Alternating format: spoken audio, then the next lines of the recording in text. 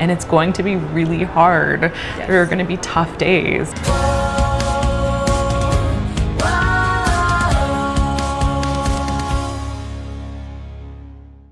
So speaking of story, I want to talk about your story. So Hillberg Berk is a very, very successful company, but I want to know how it all began. Yeah, I mean, it began with, like, before I even knew that I wanted to make jewelry, I think a passion for creating design, working with my hands as a child. I think that's where this really all started. And then years later, starting to make jewelry and, you know, having no idea that this would lead to what it is today.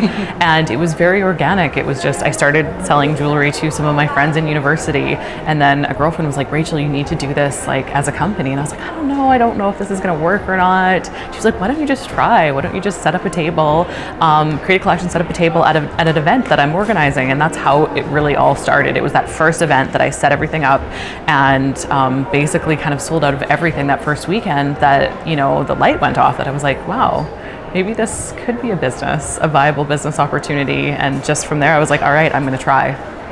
The light went on and you knew. Where did it go from there? So then you have this, you know, it's one of those highs. You have this moment of like, oh my gosh, I sold $5,000 in a weekend and basically sold out of everything. This is going to be amazing. I'm gonna go for this. It's going to be amazing.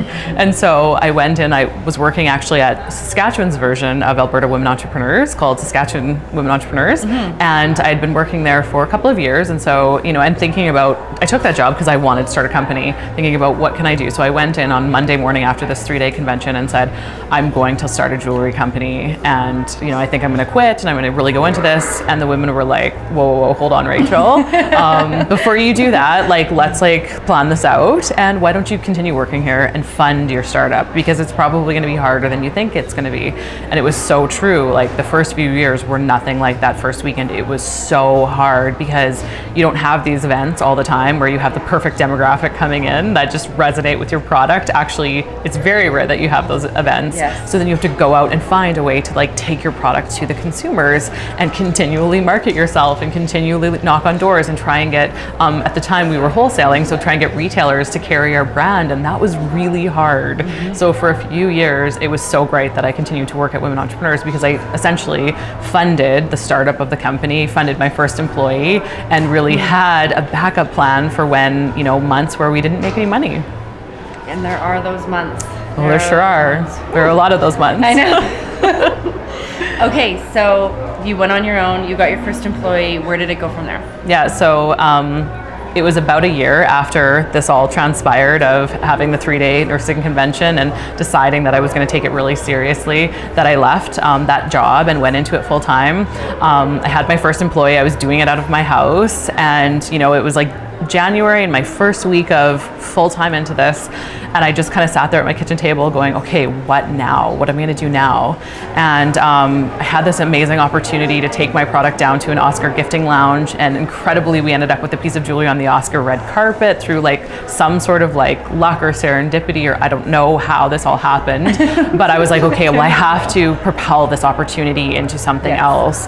And so we really used that opportunity to, you know, storytell around our brand and try and get our brand more well known. And then also I went on to Dragon's Den and really told the story of having this opportunity and captured the attention of the Dragons, got a Dragon's Den investment from that. And then that cash was so critical in really helping launch the business in the beginning.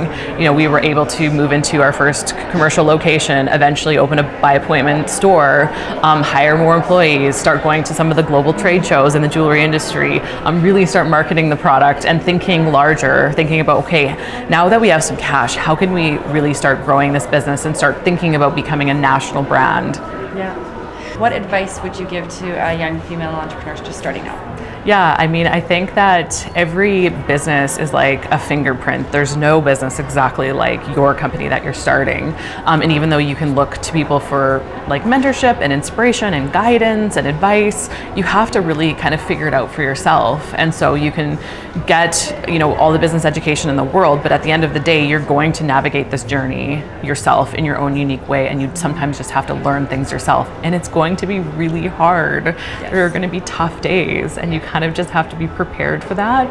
But you know, like we were talking about earlier, there's going to be incredible highs and there's going to be some really challenging lows, and it's not really letting either of them shift you off your focus of what you want to do in your company. It's really easy to get caught up in all of the exciting things that happen and let it go to your head, but it's also, you know, really easy to let the really tough stuff drag you down. But you have to like kind of just like, you know, even them both out and know good days and bad days, but you're just going to stay focused on what it is that you want to do.